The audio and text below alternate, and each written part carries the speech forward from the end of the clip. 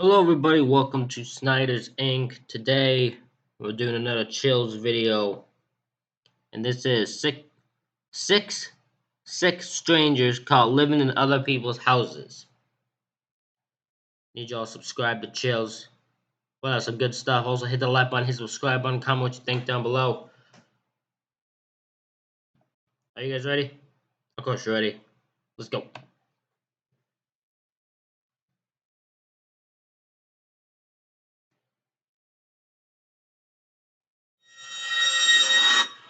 Chills. Number 6, The Locked Door. Brett Muglen and Mark Hartman were both in their fourth year at Ohio State University when they decided to become roommates for the semester. The house they moved into was dingy and moldy, and the power went out all of the time, but the rent was cheap. Plus, the place was shared by 10 other students, and most of them were girls, so they didn't mind it there too much. One night after the power went out, Brett went downstairs by himself into the basement to flip the circuit breaker back on. While he was down there, he thought he heard some movements nearby. It could have been anything, he thought. After all, the only thing down there was a door to the utility closet, and it was always locked shut.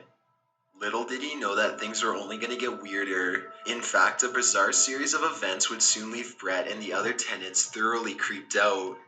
Aside from the unexplainable noises coming from the basement, the drawers in the oven were constantly left open in the kitchen that they all shared together, and the lights are always being turned on when no one was around. Since the roommates didn't have any other explanations, they began to think that the house was haunted. After all, it was a large, moldy, creepy house that seemed just right for a ghost to stalk around in. When Brett went down into the basement to turn the power back on like usual, a stranger startled him. The man said that he was an Ohio State student named Jeremy who had been living in the house for a while, but when Brett questioned him further, the man just walked upstairs and left the home. Alarmed now, Brett and Mark decided to check and see what was behind the locked door once and for all. The landlord came to the property along with the police, and together they pried the lock off the door. What they saw next came as quite a shock. There was no utility closet as originally thought, but instead they found a fully furnished room complete with a mattress and a private toilet. The intruder had been using a side entrance to get into the basement without anyone noticing. What? Personal photos in the room show none other than Jeremy posing what appeared to be friends and family. The landlord changed the locks and the students tried to. What? So this dude had just been living in this house secretly for the whole time. Like, that is absolutely insane. What in the hell? How is... I'm shocked people are able to get away with this and no one knowing. Like, that is absolutely effing insane.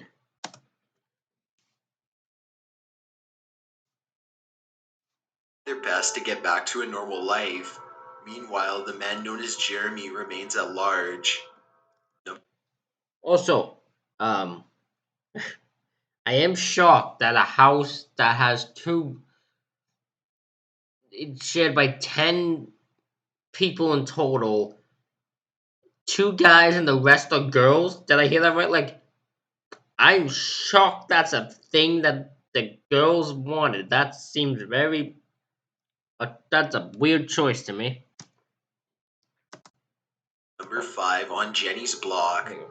In the year 2000, Jennifer Lopez started a movie called The Cell, where she literally travels inside the subconscious mind of a crazed psychopath to search for answers.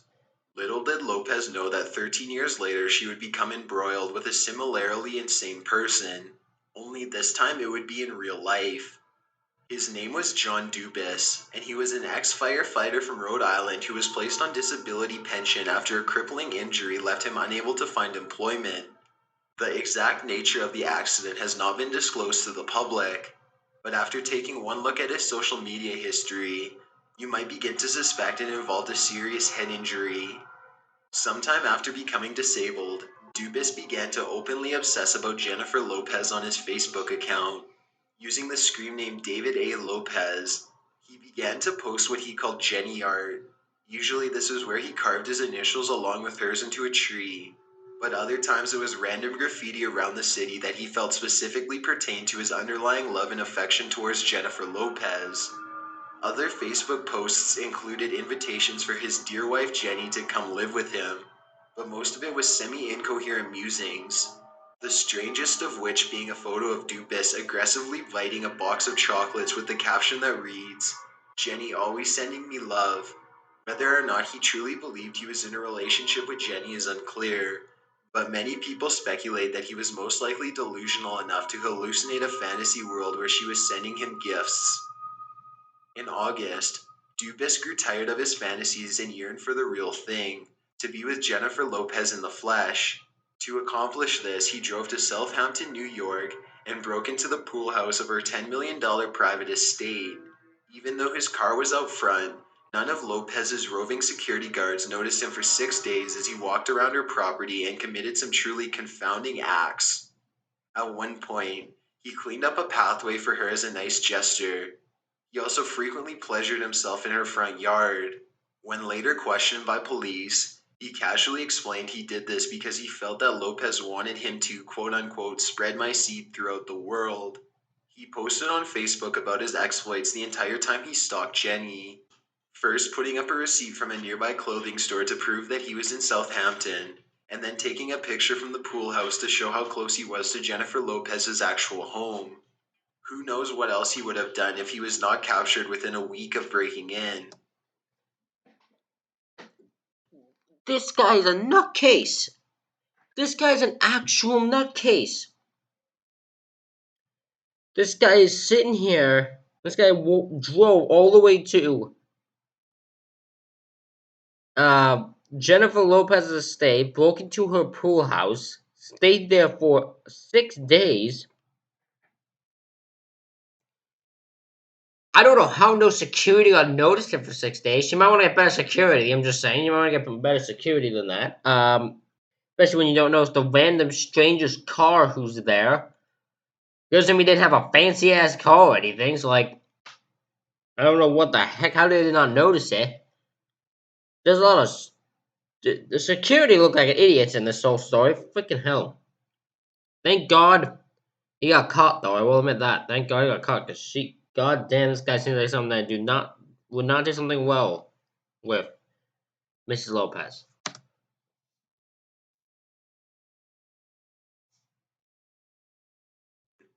Unfortunately, this does not make the end of Jennifer Lopez's encounters with the man. Shortly after being released, he called Lopez's mother and pretended to be her son. This landed him in jail yet again. Number 4. Why is he? He called the mother pretending to be her son, and then he checked, and then he got caught, and then he got caught and sent to jail. This dude's a nutcase. Literally, this dude cannot be in society at all. This dude he's a danger to Jennifer Lopez and them. He cannot be in society. Tracy checks again. In South Carolina, a 41-year-old woman who identifies herself only as Tracy to news reporters explained that she was the victim of a malicious stalker who had violated her privacy and made her fearful for her own life.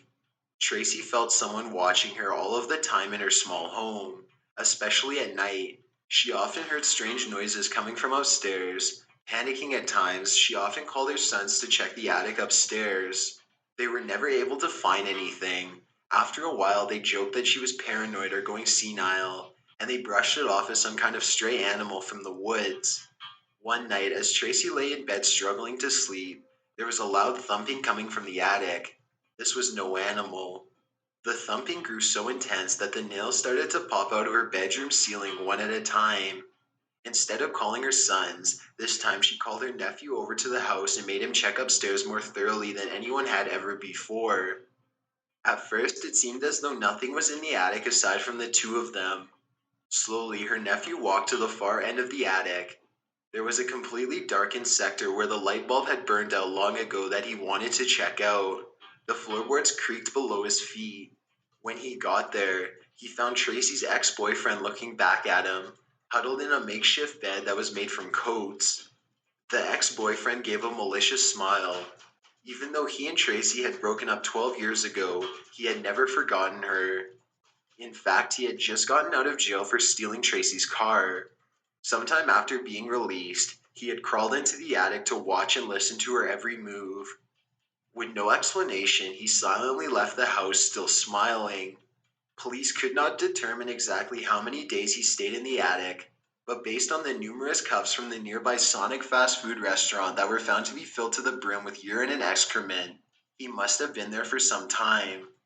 Police have not been able to find him ever since he made his grinning exit. Number 3. That is terrifying. I think this guy has just been living in his house, living in this girl's house, without a care, without any thought, just going about his, just watching and listening to his ex girlfriend. It's creepy. Like, that's creepy as hell. Probably waiting to see if she gets with someone else, and then he'll end up like probably going after them because he's freaking a nut. He's clearly a nutcase. So that is insane. The fact he made a smiley exit and just left the house, and no one said, and has not been found since, makes me terrified for this woman. But that is absolutely effing insane.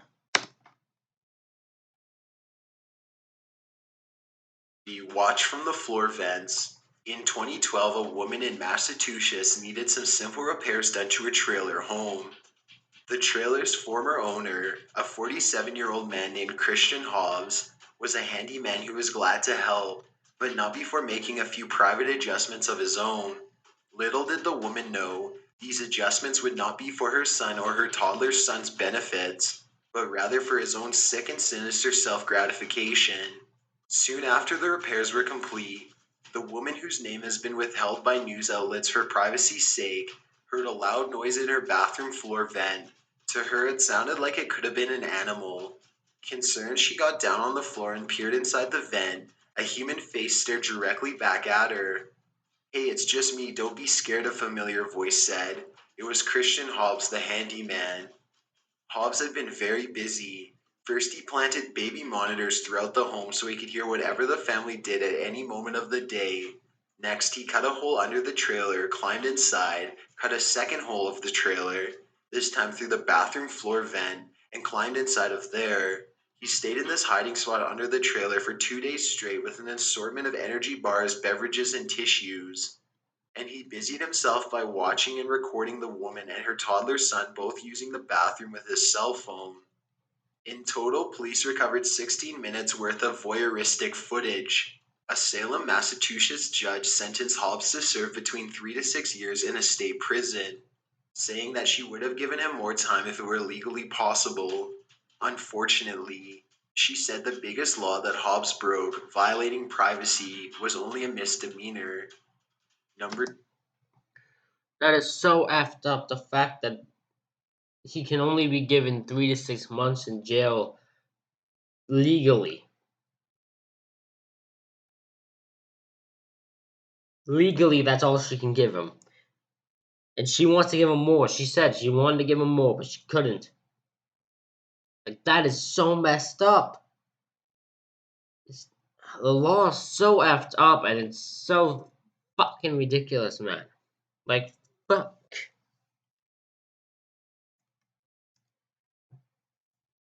Oh, it's such bullshit. 2, The Slenderman. It was 1941 and Theodore Edward. You might have said the Slenderman, but that's the. Wait, hold on. Did he say Slenderman? Number 2, The Slenderman. It Okay, that might have been. That says that, and the chapter thingy said the Spider-Man. He said Slenderman. That says Spider-Man. I don't know why. was 1941 and Theodore Edward Coney's, like many other Americans who were just coming out of the Great Depression, was facing a harsh life of extreme poverty. This penniless desperation was what prompted him to visit an old friend in Denver, Colorado, named Philip Peters, to ask for help. Peters was much older than Coney's and had managed to squirrel away a fair bit of wealth in his advanced years. Coney's had intended to ask him for money, but upon arrival, he found the door to be unlocked. Nobody was there, so he stepped inside and made himself at home. For months, Philip Peters was visiting his elderly wife in the hospital. Just to give you some indication of how old they were, she had just broken her hip. When Philip Peters returned, Conies made a decision in his mind. Rather than asking for money and possibly being turned away, he would instead live in the old man's house without him knowing. Conies had an extremely gaunt figure with gangly arms and long, spindly fingers. He used his small stature to his advantage by holding himself away in the attic by squeezing through a door that no normal sized person could fit through. Coney soon made a routine of waiting until Peters left the house before dropping down to eat food and take care of his hygienic needs before the old man got back. Peters was 73 years old at the time, so he did not really notice what was going on. It wasn't the best plan in the world, but it had been working so far until one day, Conies left his attic about to cook himself some food as normal. He thought Peters had left for the day, but the old man was actually taking a nap, and Peters was quite surprised to find his longtime friend helping himself in the kitchen. The conversation that followed is not exactly clear. Perhaps Conies came clean and apologized at first, or even started asking for some money. Either way, Conies eventually decided to savagely murder his friend by beating him to death with a pistol. One can only imagine what was going through Peter's mind as his friend struck him over and over again in his own kitchen. Did he beg for his life? Did he ask his friend why he was doing this in between the blows? Afterwards, police were baffled by the murder. It made no sense. All of the doors and windows were locked, so how did the killer leave the house? As the police continued to investigate the crime scene, Conies laid cramped in his attic quarters directly above them. The police reasoned that no one could fit through the tiny attic door, so they inadvertently left him alone. When Peter's widowed wife moved back into the home, she and her son kept hearing strange noises. Lights that they were sure they had turned off were mysteriously turned back on. In their mind, the house was clearly haunted. In fact, they could not hang on to a housekeeper because the help would always become afraid and quit. Eventually, Peter's grief stricken ex wife moved away, and Conies once again had the property to his own. Much like the widow, neighbors soon grew suspicious after they began to hear noises emanating from the home late at night and began to see lights seemingly turn on all by themselves. To them, the house was clearly haunted by Philip Peters' ghost, or maybe the ghost who had killed him. Police still had a sneaking suspicion about the case and never gave up. One night, about 9 months after the gruesome murder, they finally got their break. On a routine surveillance, they saw someone peeking from behind the curtains at the old Peters residence. The police barged into the abandoned home and saw Cooney's small frame scurrying into his attic hideaway. It was too late for him to get away. He was caught and nicknamed the Spider-Man of Denver for his spidery fingers and the way in which he eluded the police in his lair. In 1967, the prison inmate died just as he had lived, alone and in cramped quarters. Number 1. The fact that this guy for so long was able to hide away in the attic of a dude's house that normal people should not be able to get into. And then when he finally got caught by the old man whose house he had broken into, to viciously end that man's life with a pistol is absolutely repulsive. Like the fact he's on hard times and he's chosen the guy as his target to take out is absolutely ridiculous. And he should be totally ashamed of himself for this. But I bet you this man had no shame at all for what he was doing. Absolutely none at all. What a sick SOB. Extra physical therapy. Carlo Castellanos Faria had a normal job working as a parking attendant at a hospital in Washington, D.C. One day, he met a beautiful girl named Michelle Fredenberg Onion, who he himself would later describe as instantly becoming quote unquote madly in love with. While many long term relationships have been known to start out in a similar love at first sight fashion, Carlo's version of madly in love becomes far more disturbing when you consider that is what he gave as an explanation to a judge while on trial for burglary and stalking charges. In any event, Carlo could not keep his eyes off Michelle from that day on. He needed to have her, and he needed to let her know. Unfortunately, Michelle did not reciprocate his advances. Instead of running into his arms like he thought she would, she ran to his superiors and told them not to let Carlo near her anymore. She was the director of physical therapy, so he was fired right away. But Carlo knew she was playing hard to get. He knew that she secretly wanted him, whether she knew it or not, and Why are men like this? Why are men like this? Well, we don't get the fucking message. Why do we not get the message? This girl clearly does not want this guy, but all this guy's delusional mind going, oh no, she does. She just doesn't know that she wants me. Like, F off, dude. She don't want you. Get a life. Find a different woman. She ain't worth it. Oh my god, men are stupid. Stupid people do stupid things, and this man is one of the stupid people. now they were destined to be together. That's why he had a plan. Before he had gotten fired, Carlo would be left alone with Michelle's keys every day when he parked her car. This is how he had gotten her house key copied, out of love, of course. And it's also how he had lovingly let himself into her apartment for a fun date night at home. He must have wanted their first date to be extra special, so he let himself into her home 2 days early to give himself plenty of time to prepare for the big night. Since he wanted to remember their big moment together forever, he set up a camera in her room that pointed directly at her bed. This way he could film their big date and watch it over and over again. Then he climbed underneath the bed and waited. The date did not go exactly as Carlo had planned. Michelle had a boyfriend with her, and early in the morning he noticed something moving around on the floor. He looked under the bed and found Carlo. Then he beat him severely with a flashlight until the police arrived.